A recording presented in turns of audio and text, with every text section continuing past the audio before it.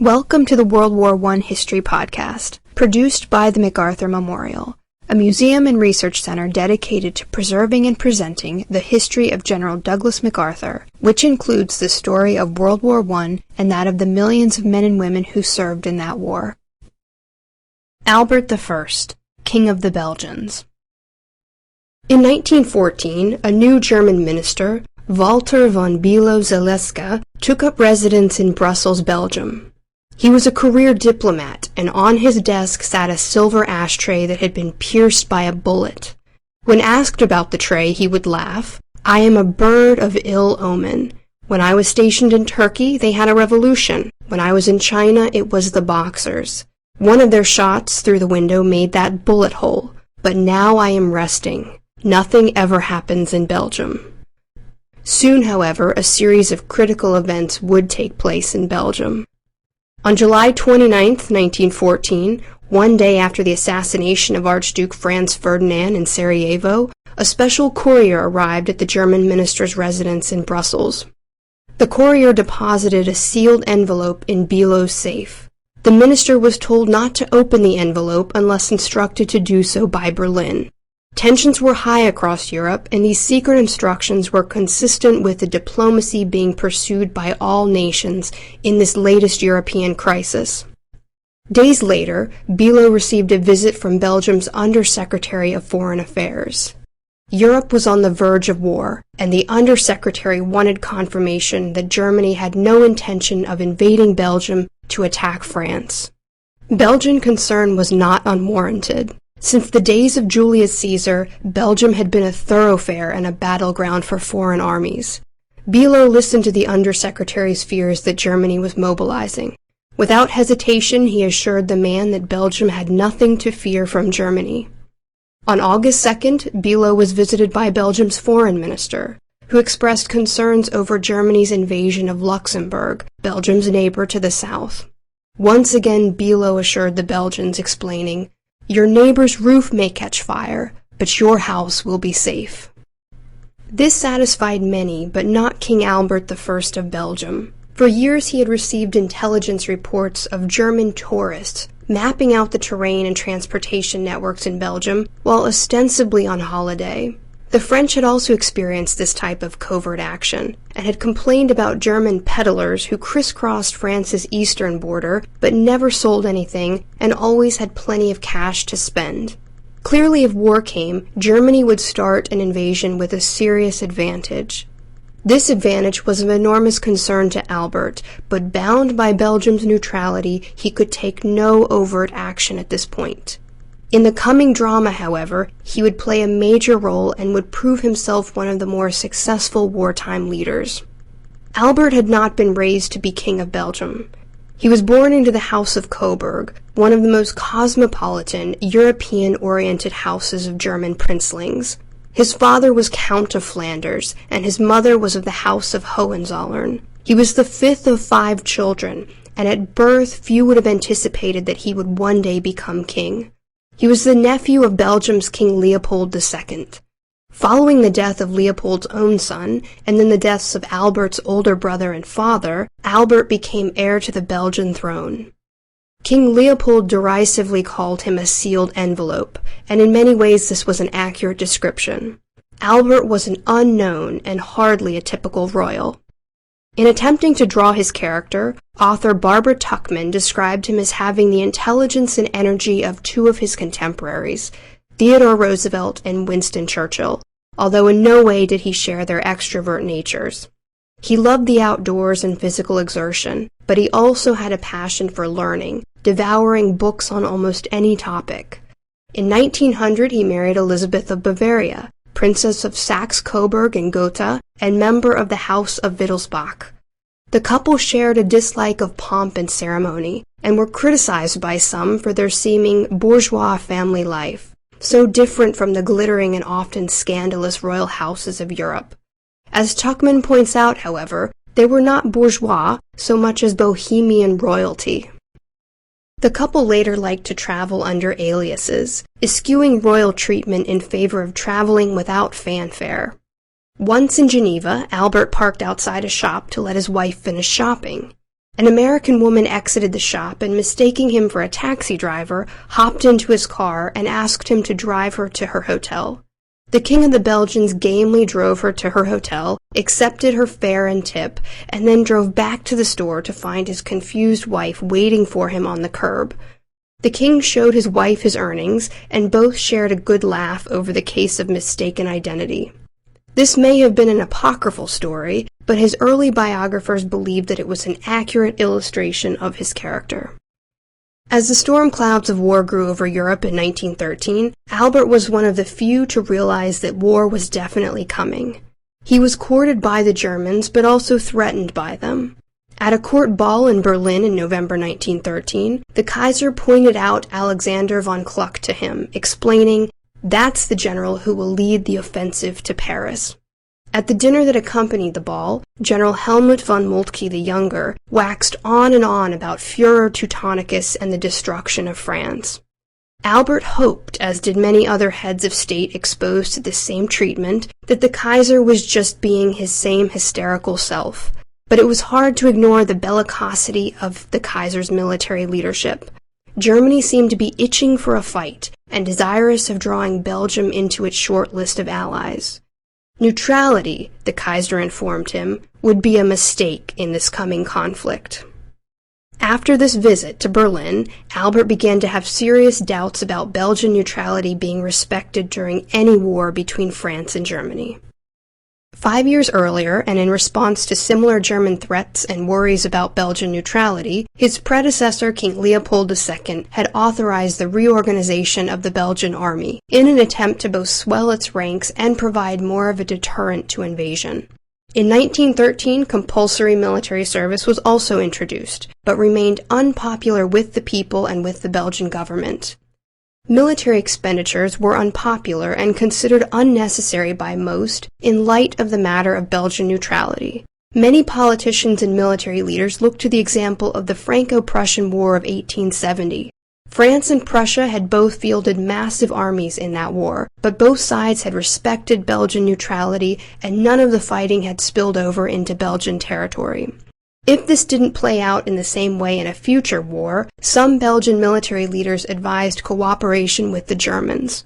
For the moment, however, the principles of Belgian neutrality made it clear. No action could be taken until foreign soldiers, whether French, German, or of any other country, stepped onto Belgian soil. There could also be no joint planning with any potential allies in the event of an invasion, for Belgium would not be able to identify the enemy until the invasion actually started. Despite these restrictions, as Europe tilted towards war in the summer of 1914, Albert began to take what limited action was available to him. After receiving intelligence that Germany was mobilizing, on July 31st the order was given to mobilize the Belgian army.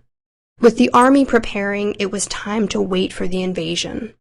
Hoping to avoid war, Albert decided to write to Kaiser Wilhelm II asking for a guarantee of Belgian neutrality. The chance of this appeal being successful was highly unlikely. During his visit to Berlin in 1913, Albert had been personally warned by Kaiser Wilhelm that smaller countries like Belgium would be well advised to rally to Germany in the event of war. There would be little mercy for those who clung to neutrality and failed to aid Germany. Nevertheless, in a desperate attempt to avoid war, Albert began drafting his personal letter to the Kaiser. He enlisted the help of his German-born wife, Queen Elizabeth.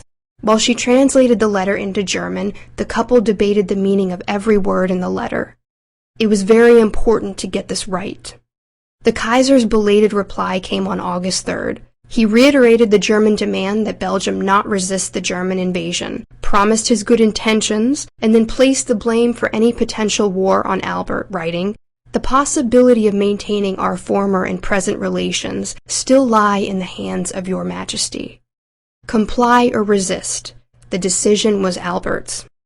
At 8 a.m. on August 4th, German troops crossed into Belgium. Belgian forces put up token resistance before retreating. Now with evidence of an actual invasion, at noon Albert formally requested aid from Great Britain, a nation that had pledged to support Belgian neutrality. Then, donning a field uniform, he mounted a horse and rode to the Belgian parliament. In a moment of perfect political and royal theater, he announced his intention to resist the German invasion and asked the members of Parliament, "Gentlemen, are you unalterably decided to maintain intact the sacred gifts of our forefathers?" The whole assembly was immediately on its feet, shouting as one, "Yes, yes, yes." This enthusiasm was shared by the citizens as well. Overnight, there was a complete turnaround in public opinion about the military budget, and war. Cities around Belgium were soon festooned with flags, bunting, and patriotic posters. Belgium would resist Germany. At the German embassy in Brussels, German staffers looked down with pity at the sea of tricolor flags and other patriotic symbols of Belgium. "Oh, the poor fools," cried one staffer. "Why don't they get out of the way of the steamroller? We don't want to hurt them, but if they stand in our way, they will be ground into the dirt. Oh, the poor fools." With a standing army of 43,000 men and 115,000 reserves, no one expected the Belgians to be able to resist the 34 German divisions slated to pass through Belgium. But the letter Albert had sent to King George V was about to pay dividends.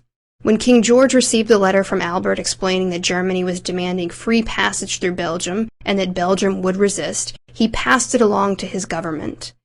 In July, George V had also received a letter from French President Raymond Poincaré. Poincaré had asked the king for military assistance against the Germans. The matter had been raised in the cabinet, but there had been no agreement that Britain belonged in the war at this time. Albert's letter galvanized the cabinet, however.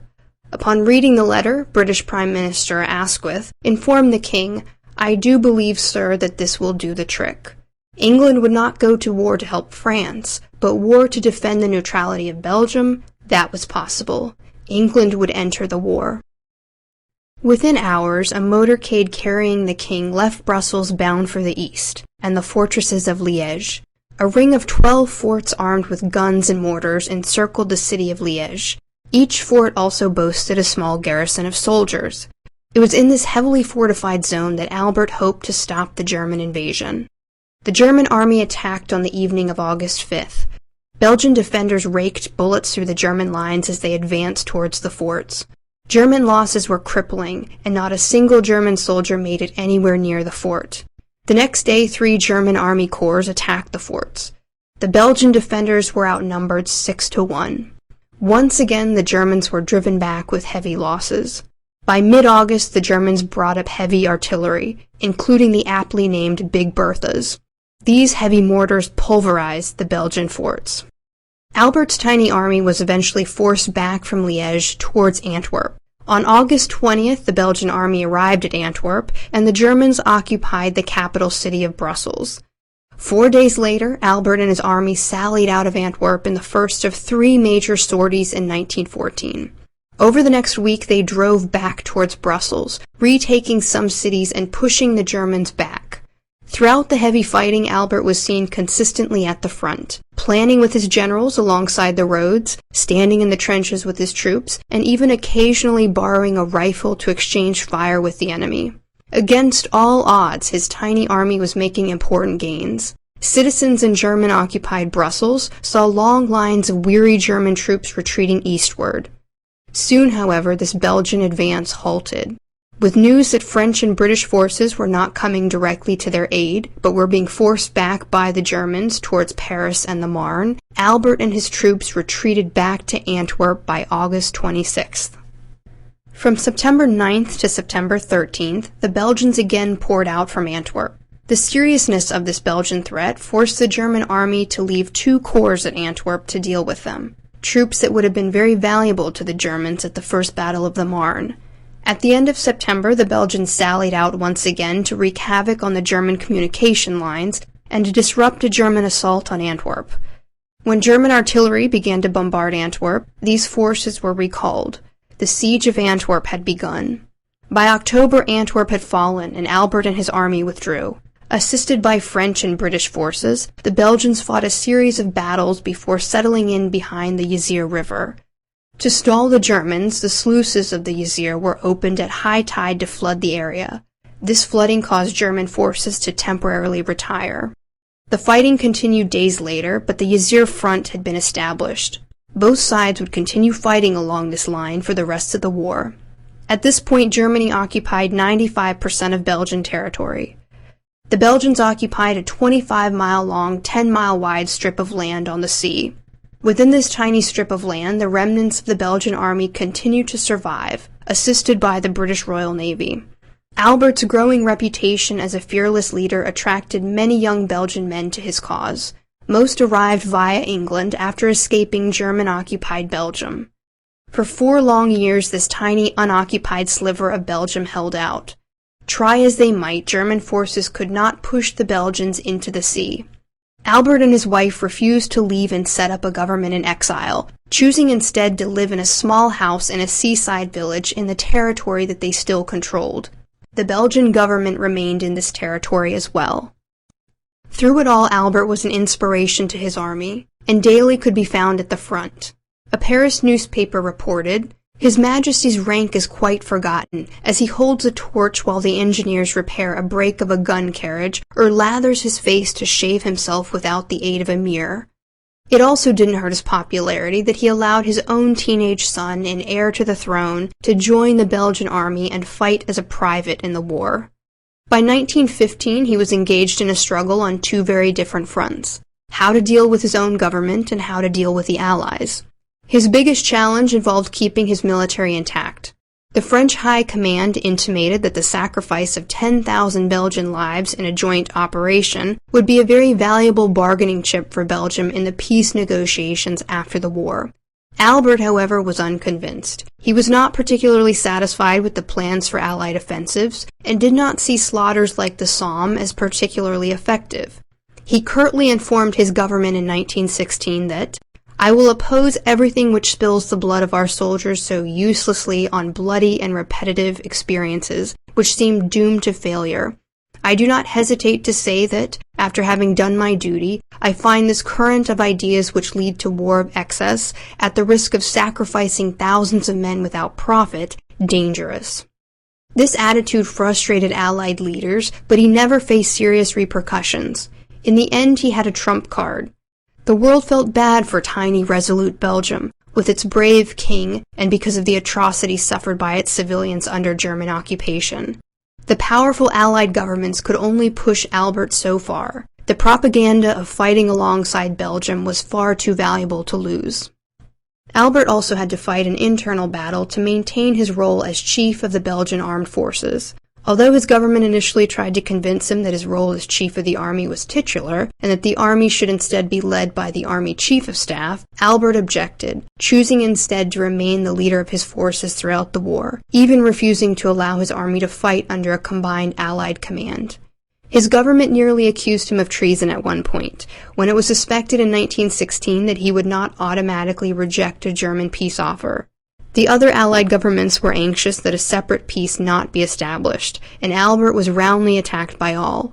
He defended himself, explaining that his responsibility as king was to the survival of Belgium. With millions of his subjects either in exile or as relative hostages under German occupation, the king was going to make the best decision for his country, not for the Allies. Squashed between powerful belligerents, he was in a unique position to see danger to Belgium on all sides. As the war progressed, he protested battles fought on Belgian soil, such as Passchendaele. He also made it clear that any Allied strategy of taking Brussels by force of arms would likely result in the destruction of the city and a huge cost in terms of civilian lives. In the end, his refusal to place his forces under the command of a foreigner meant that in the summer of 1918, he was given command of the Allied Army Group Flanders, one of the massive commands that was part of the final Allied offensive of the war. In this capacity, and with the strong Belgian army he had continued to build and save from operations he deemed futile, he mounted a campaign to liberate Belgium. This Franco-Belgian force was later joined by 2 American divisions. At the end of the war, he and his wife entered Brussels to cheering crowds and shouts of "Long live the King." With the war over, in 1919, Albert and his queen accepted an invitation from President Wilson to visit the United States. Upon arrival, he issued the following statement. "The King of the Belgians desires to express to the people of the United States the great pleasure with which the Queen and himself are coming to its shores at the invitation of President Wilson. The king brings to this nation of friends the testimony of the profound sentiment and gratitude of his countrymen for the powerful aid, moral and material, which America gave them in the course of the war. From the White House to the Indian pueblos of New Mexico, the king and queen were a sensation in America. On their return to Belgium, they threw themselves into the hard work of rebuilding their nation. This would be their sole preoccupation for the next decade. Albert had been a loyal, if at times independent member of the Allied cause, but he feared for the autonomy of his small state in the post-war period. He was concerned that the major victorious powers would turn countries like Belgium into vassal states.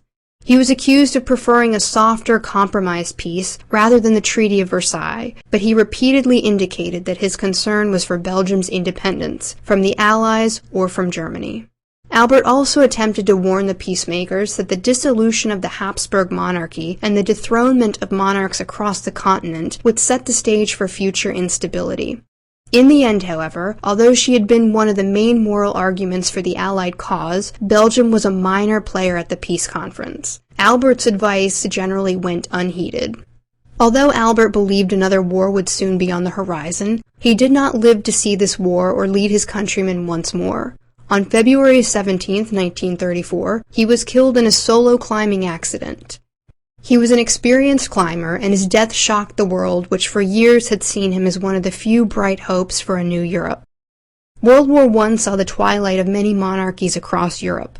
Many of the dynasties that survived knew that some seismic shift had occurred. After the war, the survivors sat uneasily upon their thrones, but not Albert. His popularity increased and increased. Reportedly, even those who had once wished to overthrow the Belgian monarchy before the war had cried by the end of the war, "If we make Belgium a republic, we will have Albert for our first president." In 1919, there had even been a movement to offer Albert the German throne, with many believing that he alone could occupy the throne vacated by Kaiser Wilhelm II and bring Germany back into friendship with the Allies. He was also considered for the title of Protector of the Holy Places by Pope Benedict XV. His focus, however, had remained rebuilding Belgium. Perhaps the greatest testament to his contribution in World War I came from King George V. The king personally credited Albert's refusal to surrender to Germany as the most pivotal moment in the war.